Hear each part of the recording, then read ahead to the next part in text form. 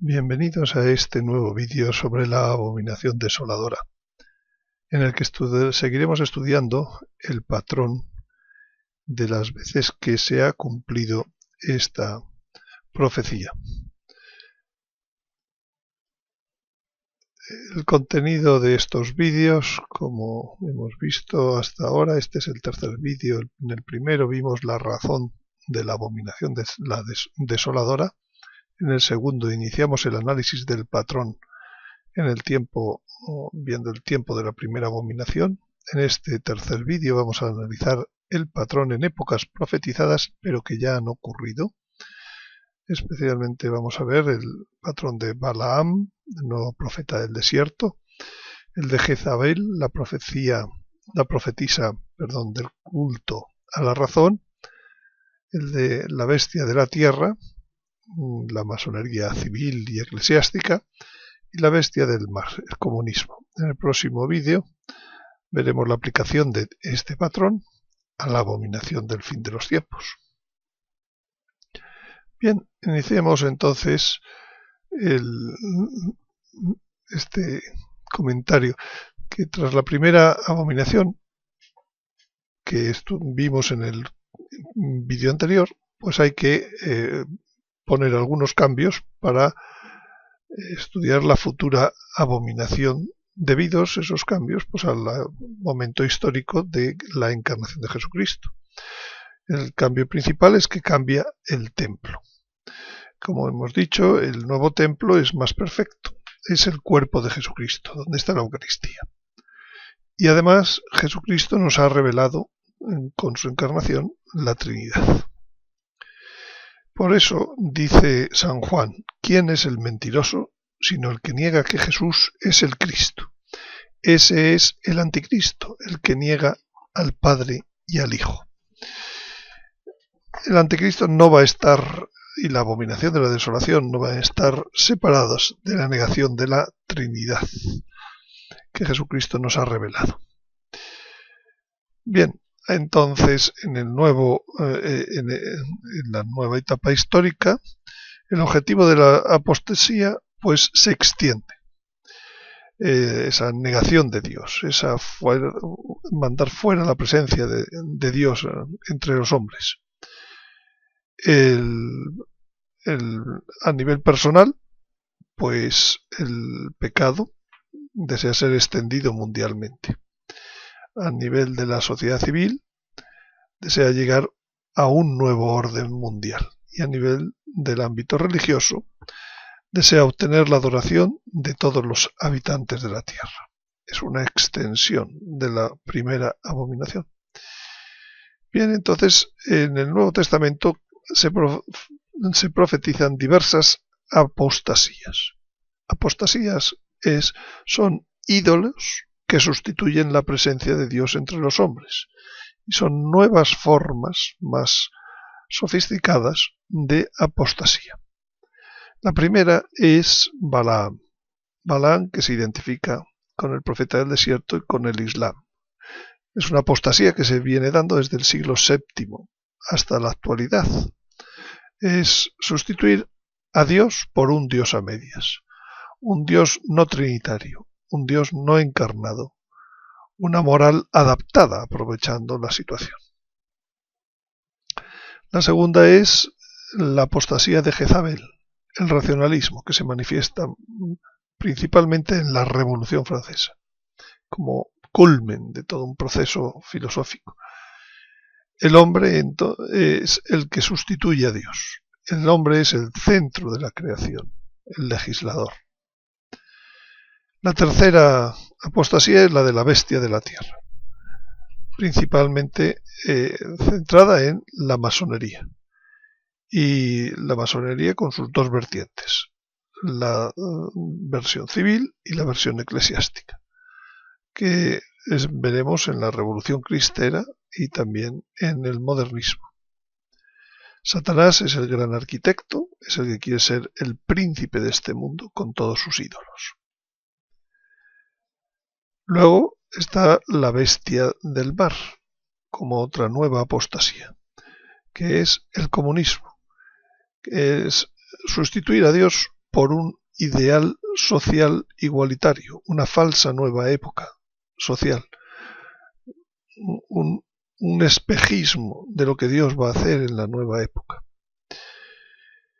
Y por último, la que veremos en el siguiente, la definitiva, el definitivo intento es en el que trabajarán el dragón y ambas bestias juntas para conseguir un nuevo orden mundial, que es la próxima abominación global, en donde el engaño que sustituirá a Dios es el engaño del anticristo, la nueva creación que intentará mostrarnos Satanás que es capaz de realizar. En todos los casos, estas sustituciones de Dios por algo, de su presencia por algo, siempre tienen una consecuencia de persecuciones y guerras para los que están con Dios, para el resto fiel. Empecemos por el patrón profético de Balaam.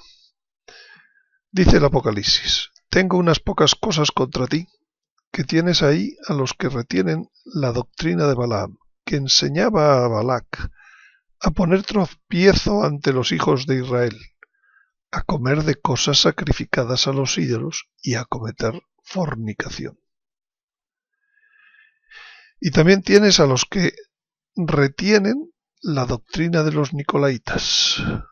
La doctrina de los nicolaitas parece que tiene que ver con la homosexualidad, la que yo aborrezco.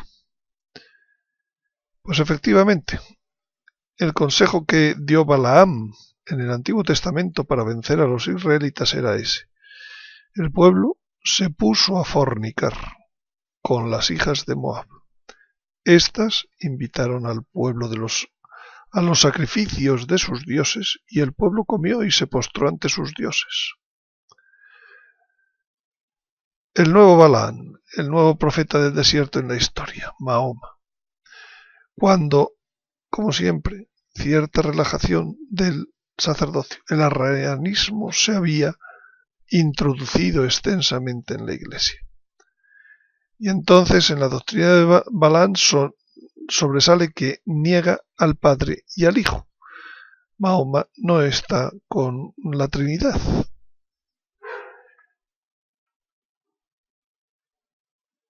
Y anula el valor de la mujer como persona, que queda reducida a un objeto, subyugada en una férrea organización social. La sociedad del anticristo también dice el profeta Daniel que despreciará los deseos de las mujeres. Bien, veamos en este mapa cómo fue la expansión del Islam. Primero, pues desde Medina se expande hacia la Meca y va tomando Arabia y el sur del Mediterráneo en sucesivas oleadas con distintos califatos y también pues hacia Persia, etc. Llega a cruzar a la península ibérica e invadirla totalmente, o casi totalmente. Pero hay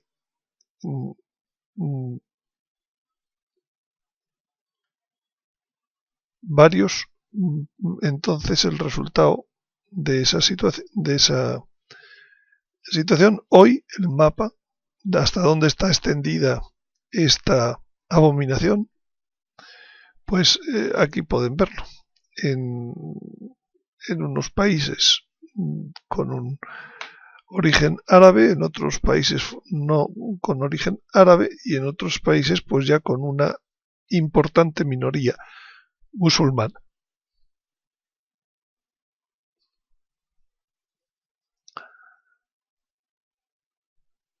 Pero en esta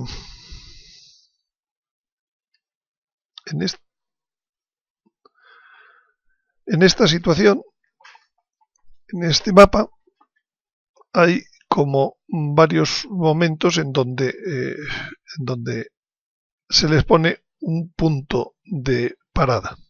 El primero en España, segundo también en España y el tercero en el sur del Mediterráneo, cerca de Grecia. Y en esos tres casos tiene que ver la Virgen. El primero en Asturias, el año 711, Cova Dominica, Covadonga, Cueva de la Señora. ¿Qué significa? Está ligado al inicio de la reconquista a los musulmanes por Don Pilayo en el año 718. En el 711 fue la invasión, el comienzo de la invasión europea de España. Y esa reconquista es el inicio de la futura nación española. Hoy Covadonga es un santuario mariano y una basílica. A ella se encomendó Don Pelayo en aquella batalla. Y es el lugar símbolo de la lucha por la fe en difíciles circunstancias de invasión. El lugar del origen de lo que hoy tenemos como la nación española bajo los principios cristianos. La segunda fue unos 600 años después, en un segundo intento de invasión de Europa por un ejército de 400.000 musulmanes, el año 1340. Y allí fueron rechazados. Poco antes había empezado a reaparecer la Virgen de Guadalupe en Extremadura, cuya historia está contada en otro de los vídeos de este canal. Reapareció hacia el año 1310 y se daban muy abundantes milagros, especialmente de liberación de cautivos cristianos de los moros. Esto hizo que los reyes tuvieran noticia de este lugar de aparición y se encomendaran a ella, y más en el peligro de esa invasión. Tanto juntos los reyes de España y Portugal se encomiendan a la Virgen de Guadalupe y con un ejército de 20.000 hombres, tan solo en 24 horas, un ejército 20 veces menor, barren totalmente esa invasión. Es la batalla del río Salado. El tercer punto también tiene que ver con la Virgen, que es en Lepanto, cuando ya el Imperio Otomano, musulmanes, quieren invadir Europa. En ese momento, pues todas las naciones cristianas juntan una flota y en la nave capitana de Don Juan de Austria, pues portaba como estandarte una pintura que le habían enviado al rey Felipe II de México, con una copia de la Virgen de Guadalupe de México, que se había aparecido 40 años antes. Ese estandarte en la nave capitana, como puede verse, pues se invocan todos a ella. El Papa estaba en oración en Roma y desde Roma ve la victoria de modo milagroso y como consecuencia él establece la forma actual del rezo del Santo Rosario. Y hoy en día se conserva el estandarte en la iglesia de Sant'Andrea Stefano de Génova, que es esa pintura de la Virgen de Guadalupe. En los tres casos, la forma de atacar el peligro o de deshacerse del peligro ha sido pues la intervención de la Virgen de Guadalupe. En el futuro está profetizada que también la Virgen de Guadalupe ayudará a la conversión de buena parte de los musulmanes. El segundo patrón profético del tipo apostasía que aparece en el Nuevo Testamento es Jezabel. Dice el Apocalipsis: toleras que esa mujer Jezabel, que se dice profetiza, enseñe y seduzca a mis siervos a fornicar y a comer cosas sacrificadas a los ídolos. Y le he dado tiempo para que se arrepienta, pero no quiere arrepentirse de su fornicación.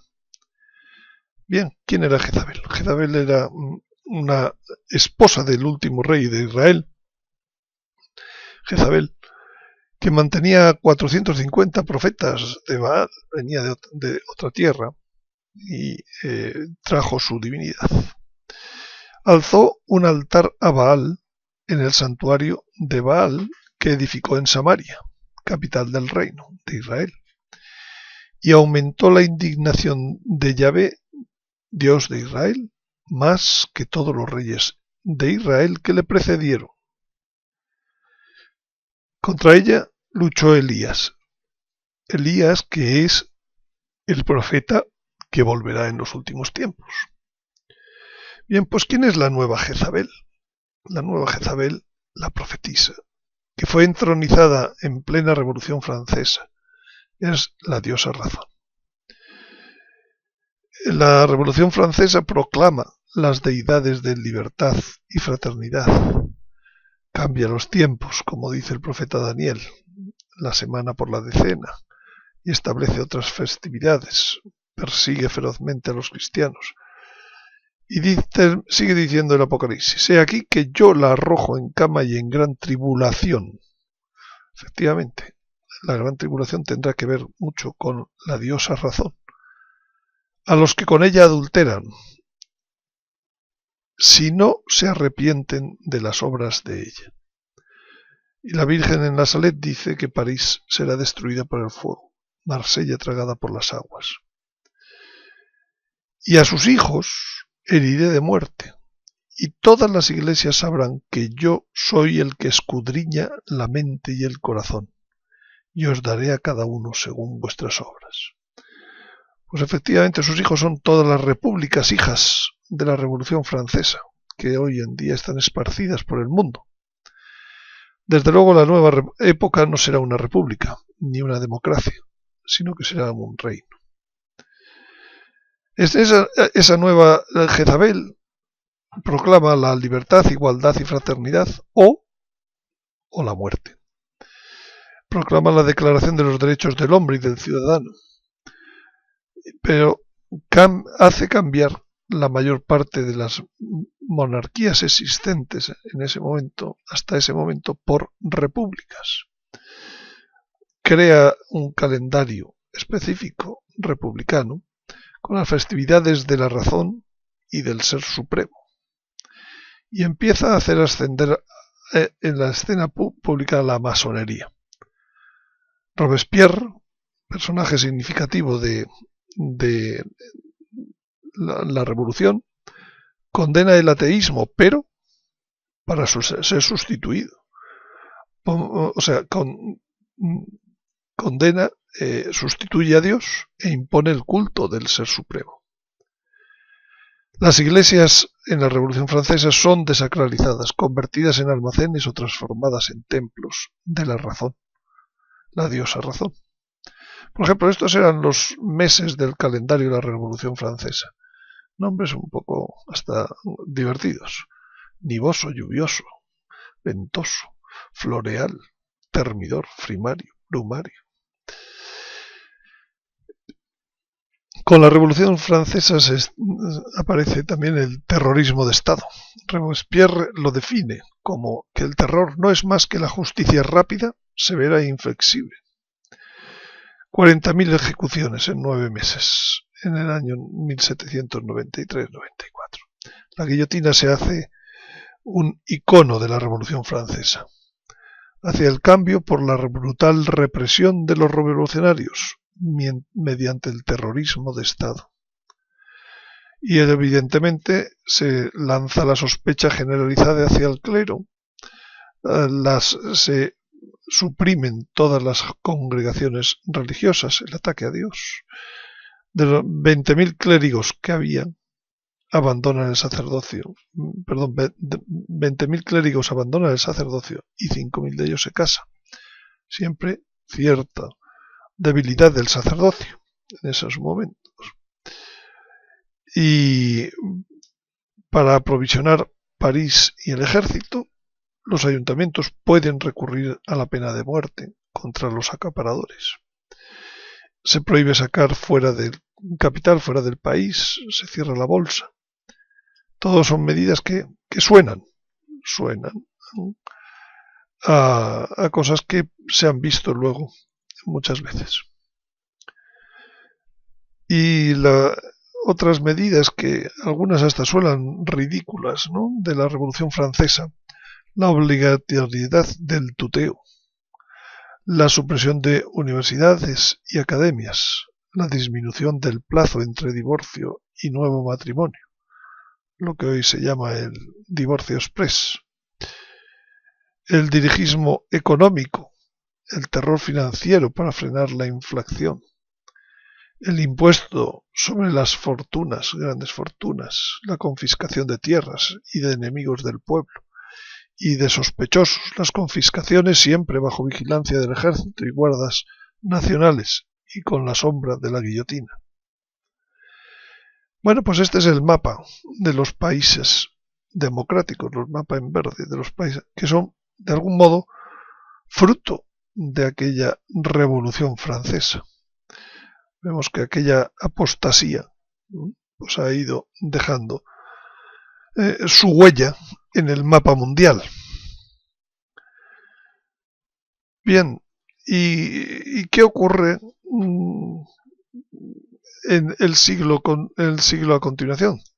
Pues la Virgen se aparece 3 veces en Francia. La primera, la medalla milagrosa, en el mismo núcleo de la Revolución Francesa, para decir que ella tiene la solución a esos odios. Y dice que sus manos tan llenas de gracias que muchos no piden, que nadie pide y que por eso se quedan sin darse. En 1846 se aparece en la Salette llorando y avisa de los castigos que un día sufrirán por todas estas cosas, París y Marsella, y avisa que Roma perderá la fe, también como consecuencia de estas apostasías. Y por último, se presenta como la Inmaculada Concepción, la solución. Yo soy en Lourdes como la Inmaculada Concepción, y empieza a pedir el rezo del Santo Rosario como la solución de todas las apostasías. Bien, la siguiente gran apostasía es la bestia de la tierra. La bestia de la tierra, que es la masonería, el estilo de combatir a Dios por la desnaturalización de la verdad, el instaurar a Satanás como príncipe de este mundo. Y dice el Apocalipsis: y vi otra bestia que subía de la tierra. Tenía 2 cuernos, semejantes a los de un cordero, pero hablaba como un dragón. Esa es la masonería. En la sinagoga, también la masonería es la sinagoga de Satanás, que tiene un largo desarrollo profético en el Apocalipsis. La iglesia, en la carta a la iglesia de Éfeso, dice nuestro Señor: conozco la calumnia de parte de los que se dicen judíos y que no son más que una sinagoga de Satanás. A la iglesia de Tiatira, en la carta le dice: a los demás que no compartís esa doctrina y que no conocéis las profundidades de Satanás como ellos dicen. Ahí entra en la masonería, las profundidades de Satanás. Y en Filadelfia: te voy a entregar a algunos de la sinagoga de Satanás, de los que se proclaman judíos y no lo son, sino que mienten. Pues, como dice la Virgen al Padre Gobi, tras la acción de la masonería se difunden por doquier las misas negras y el culto satánico. Vamos a ver sus acciones en la tierra. Hay como 2 áreas de trabajo de la bestia de la tierra. En la sociedad civil, la masonería. que podemos ver en la historia, pues en el siglo, finales del siglo XIX, el expansionismo americano. En su momento hablamos de las apariciones de Santa Montaña en Puerto Rico, también en Filipinas, México, la revolución cristera, fruto de esta bestia de la tierra, de esta masonería. El objetivo, finalmente, el que haya un culto de falsas divinidades. Y además tiene como ámbito de actuación la sociedad eclesiástica, la masonería eclesiástica, que veremos cómo se dio también sobre esa misma época en el desarrollo del modernismo. Y que le dice la Virgen al padre Gobi: se ha difundido esa masonería eclesiástica sobre todo entre los miembros de la jerarquía de la Iglesia. El objetivo, construir un falso Cristo y una falsa Iglesia. Bien, pues o culto a las falsas divinidades o construir un falso Cristo y una falsa Iglesia. Bien, el momento histórico de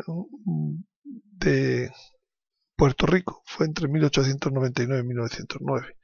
La implantación de ese nuevo régimen social tras el cambio de soberanía de España a Estados Unidos, con un hundimiento de economía rural, instaurando una nueva moneda, la extensión del trueque, con una desatención religiosa por falta de clero y por la penetración protestante que favorecida por ese nuevo poder político, por esa nueva masonería que entra en el poder. Y en el momento de una catástrofe de la naturaleza es cuando empiezan esas apariciones de Santa Montaña. Pero de ellas hemos hablado abundantemente en el vídeo número 10 de la serie de complementos, que tiene 2 partes. Me remito a él para mayores detalles. La bestia de la tierra fue también en el ámbito civil un claro causa de la revolución cristera, cuyo origen está en la Constitución mexicana de 1917, que negaba la personalidad jurídica a la Iglesia, prohibía la participación del clero en política, hijo de la Revolución Francesa, privaba a la Iglesia del derecho de poseer bienes raíces e impedía el culto público fuera de los templos. El detonante, unos años más tarde, 9 años más tarde, una ley con aquella Constitución que modificaba el Código Penal, según el cual los ministros del culto debían ser personas casadas. Se prohibía la existencia de comunidades religiosas, la prohibición de actos de culto, suministro de sacramentos, expropiación de monasterios, conventos y el uso de hábitos fuera de recintos religiosos. Los castigos por estas cosas podían llegar a la muerte, por fusilamiento. Y aquello no se acabó hasta 3 años después, en donde hubo una especie de armisticio. Bueno, pues el día 31 de julio de 1926, el episcopado mexicano, cuando sale la ley Calles, previa consulta a la Santa Sede, ordena la suspensión del culto en toda la República. Sí, esta es una foto en donde se ve que pone en el sagrario: no está aquí. Es curioso que esta fecha, 31 de julio, es preaniversario de la fecha que hemos deducido según las hipótesis de la astronomía sagrada, en la que será la abominación de la desolación. Y tras 3 años de guerra, con un ejército mayoritariamente de campesinos, con gran participación de mujeres, pues finalizó esta revolución. Por el solo hecho de decir misa podían ser fusilados los sacerdotes. Hubo hasta 250.000 muertos.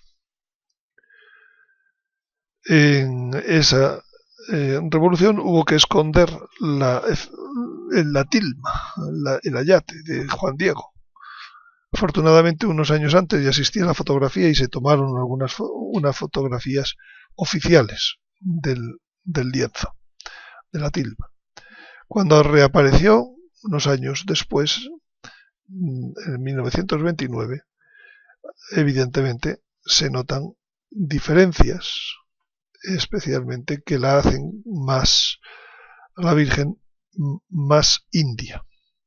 Un proceso de indigenización que la hace menos universal a la Virgen María, a la aparición. Dice la Virgen al padre Gobi que la masonería obra con todos los medios para impedir que las almas se salven, y de este modo quiere volver inútil la obra de redención llevada a cabo por Cristo. Y va recorriendo todos los mandamientos. Al mandamiento del Señor, no tendrás otro Dios más que a mí. Aquella, la masonería, construye otros falsos ídolos, frente a los cuales hoy muchos se apostran en oración. Al mandamiento, no tomarás el nombre de Dios en vano. Aquella, la masonería, se opone con las blasfemias contra Dios y su Cristo, de muchas maneras engañosas y diabólicas, hasta reducir a una marca comercial indecorosa su nombre, el nombre de Jesucristo, y hacer películas sacrílegas sobre su vida y su divina persona. Al mandamiento, santificarás las fiestas. La masonería transforma el domingo en el weekend, el día del deporte, de las competiciones, de los juegos, de las diversiones. Poca santificación de las fiestas. Al mandamiento, honrarás a tu padre y a tu madre.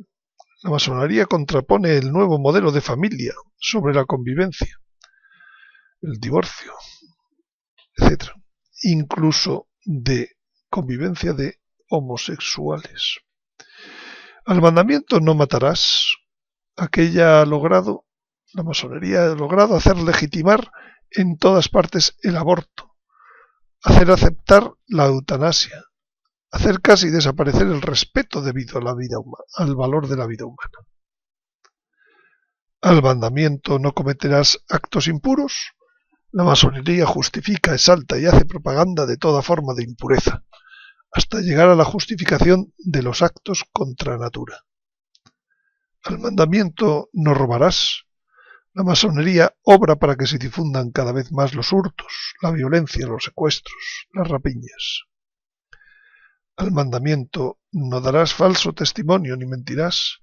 La masonería obra para que se propague cada vez más la ley del engaño, de la mentira, de la doblez.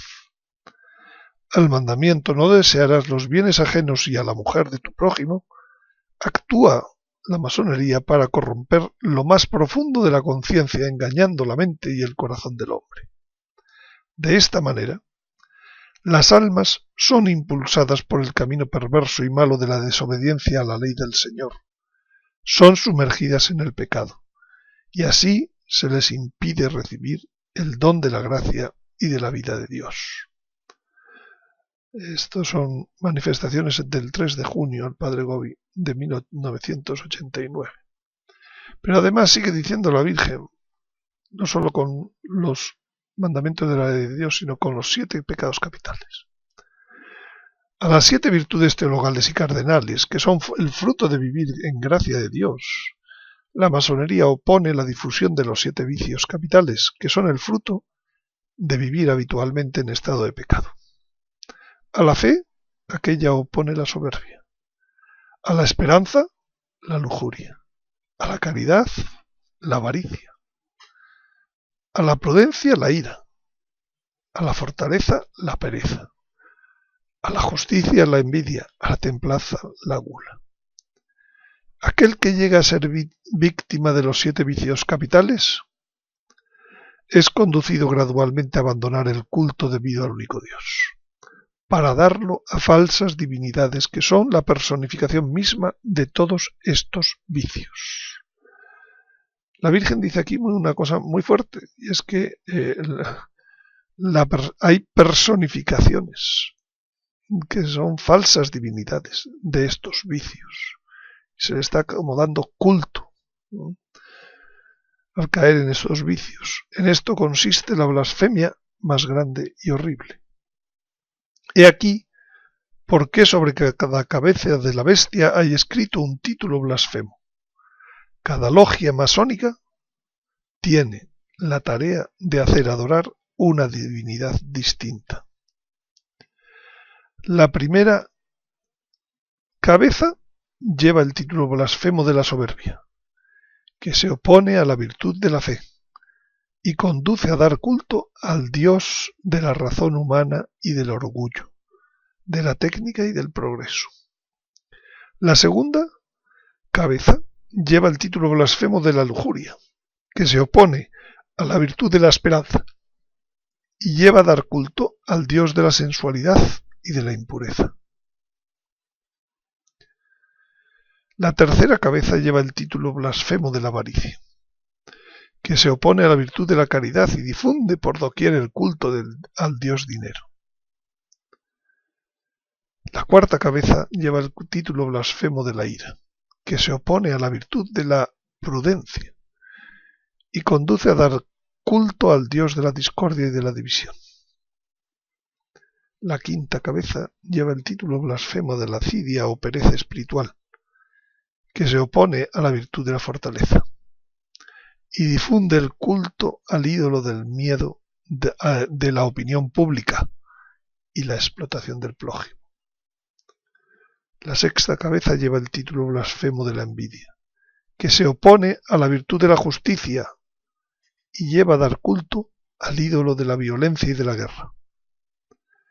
La séptima cabeza lleva el título blasfemo de la gula, que se opone a la virtud de la templanza y conduce a dar culto al ídolo tan exaltado del hedonismo, del materialismo y del placer.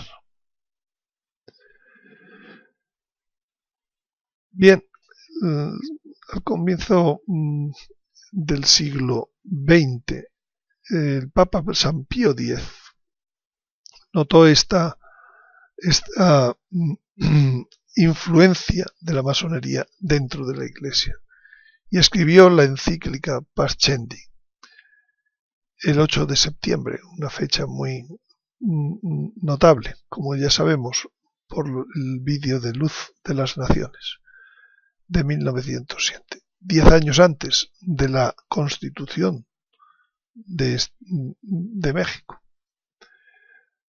Dice el Papa en esa encíclica: es preciso reconocer que en estos últimos tiempos ha crecido en modo extraño, en modo oculto, como funciona la masonería, el número de los enemigos de la cruz de Cristo, que con artes enteramente nuevas y llenas de perfidia se esfuerzan por aniquilar las energías vitales de la Iglesia y hasta por destruir totalmente, si les fuera posible, el reino de Jesucristo. Les recomiendo que lean esta encíclica, que se puede descargar fácilmente en Internet. Sigue diciendo el Papa en la encíclica: no hay parte alguna de la fe católica donde no pongan su mano, ninguna que no se esfuercen por corromper. Desprecian toda autoridad y no soportan corrección alguna, estos modernistas, estos que luego surge la masonería eclesiástica. El régimen de la Iglesia se ha de reformar en todos sus aspectos, pero principalmente en el disciplinar y el dogmático, claramente, que se han de armonizar interior y exteriormente con lo que llaman conciencia moderna, que íntegramente tiende a la democracia. Es decir, el régimen de la Iglesia tiene que tender hacia la democracia. Y sigue diciendo la encíclica: cada modernista presenta y reúne en sí mismo variedad de personajes, mezclando al filósofo, al creyente, al apologista y al reformador. Por ejemplo, cosas que va diciendo el Papa a lo largo de la encíclica, que dicen los modernistas y que quizás les suenen cuando hoy en día, como un error no de 1907, sino del año 2015. La ciencia debe ser atea, y lo mismo la historia. La ciencia es totalmente independiente de la fe, y ésta debe sometérsele. Es decir, la fe debe someterse a la ciencia. En los asuntos temporales, la Iglesia debe someterse al Estado, claro, consecuencia de lo anterior. Cristo no es Dios, ni ejecutó nada divino. Volvemos al error arriano. La Iglesia y los sacramentos no se ha de creer que fueron instituidos por Cristo. Así, de ese modo, será más fácil deshacerlos en la abominación siguiente. Si no queremos que el dogma, la Iglesia, el culto sagrado, los libros que reverenciamos como santos y aun la misma la fe languidezcan con el frío de la muerte, deberán sujetarse a las leyes de la evolución. El dogma debe evolucionar, la Iglesia también, el culto, los libros. No sólo puede desenvolverse y cambiar el dogma, sino que debe, no sólo, sino que debe cambiar el dogma. Termina diciendo el Papa en esa encíclica: lo definimos, el modernismo, afirmando que es un conjunto de todas las herejías. Si alguien se hubiera propuesto reunir en uno el jugo y la esencia de cuantos errores existieron contra la fe, nunca podría obtenerlo más perfectamente de lo que lo han hecho los modernistas. Bien, y por último, la última de las apostasías que vamos a ver en este vídeo es la bestia del mar, el comunismo, que se manifiesta en muchos lugares, pero especialmente en la Guerra Civil Española. El ideal que pretende sustituir a Dios es el ideal social igualitario, una nueva falsa época, al revés, una falsa nueva época social, con el estilo que tiene de combatir a Dios por la fuerza. No es como en la masonería, que es combatir a Dios por la desvirtuar la verdad. No, aquí por la fuerza. O sí, o sí.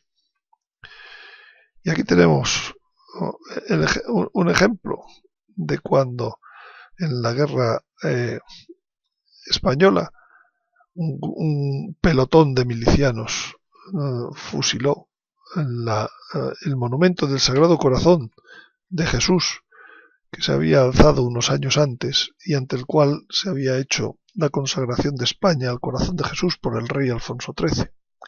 Lo primero que en plena guerra quisieron hacer fue un grupo de milicianos fusilar al corazón de Jesús. Y dice el Apocalipsis de esta bestia: abrió su boca para blasfemar contra Dios, para blasfemar de su nombre y de su morada y de los que moran en el cielo. Se le concedió hacer la guerra a los santos y vencerlos, en ese estilo de combatir a Dios por la fuerza. Conquista la humanidad, como dice la Virgen, con el error del ateísmo teórico o práctico.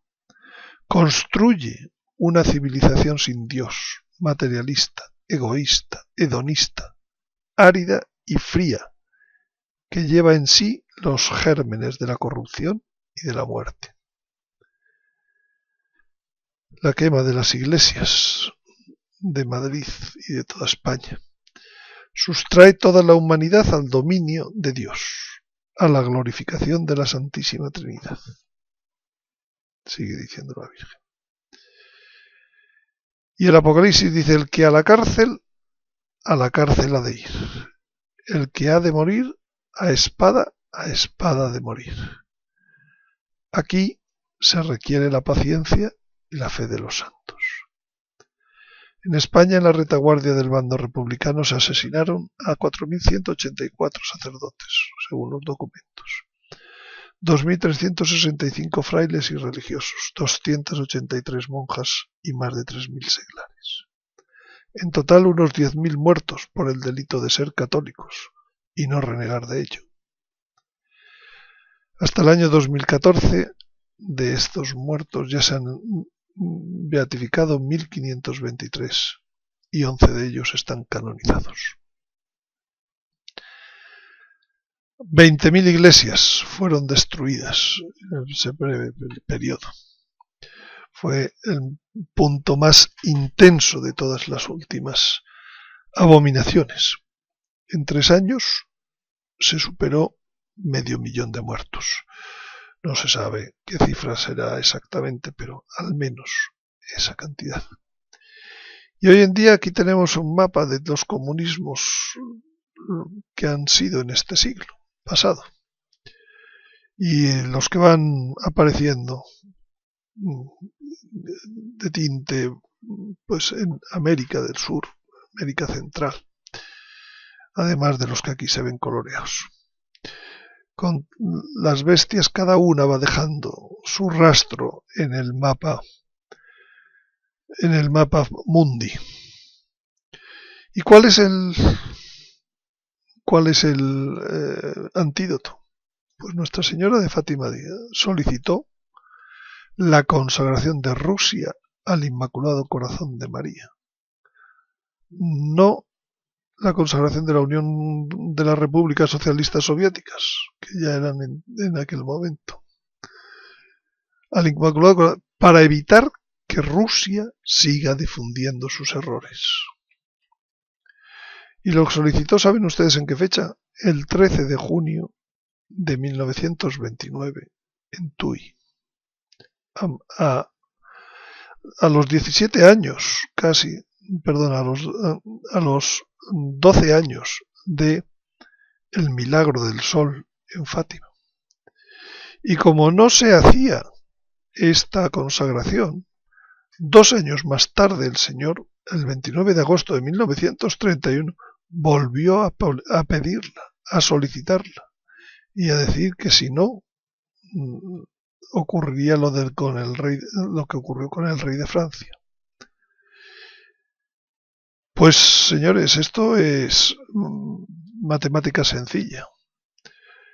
Las guerras posteriores a 1929, de esto que se le solicitó por el cielo al Papa a través de una vidente suficientemente acreditada con un milagro ante decenas de miles de personas, pues fueron, por ejemplo, la Guerra Civil Española. Si se hubiera producido esa consagración, a lo mejor esta guerra civil no se habría dado. La Segunda Guerra Mundial es todo fruto de los errores que difundía Rusia. Las guerras de Corea y de Vietnam y el montón de guerras étnicas de la década de los 90 en América Central, en América del Sur, en África, en Asia, en Europa. Solo nombrar el continente vienen a la mente cada una de estas guerras. Los papas han hecho algo, hicieron 2 veces, pero ninguna de las 2 veces, hicieron más veces, pero solemnemente hicieron 2 veces. Ninguna de esas se hizo sin mencionando públicamente a Rusia. La primera Pío XII, el 31 de octubre de 1942. La segunda Juan Pablo II, el 25 de marzo de 1984. Efectivamente, esas consagraciones algo consiguieron. La primera, cambiar el rumbo de la guerra. La segunda, pocos años después, la caída del telón de acero. Han tenido efectos positivos, parciales, pero es evidente que no han conseguido acabar con que Rusia siga difundiendo sus errores. Y como dijo nuestro Señor, que se acuerden del rey de Francia a los 100 años, exactamente, de haberle realizado el pedido, era derrocado de su trono con el asalto a la Bastilla.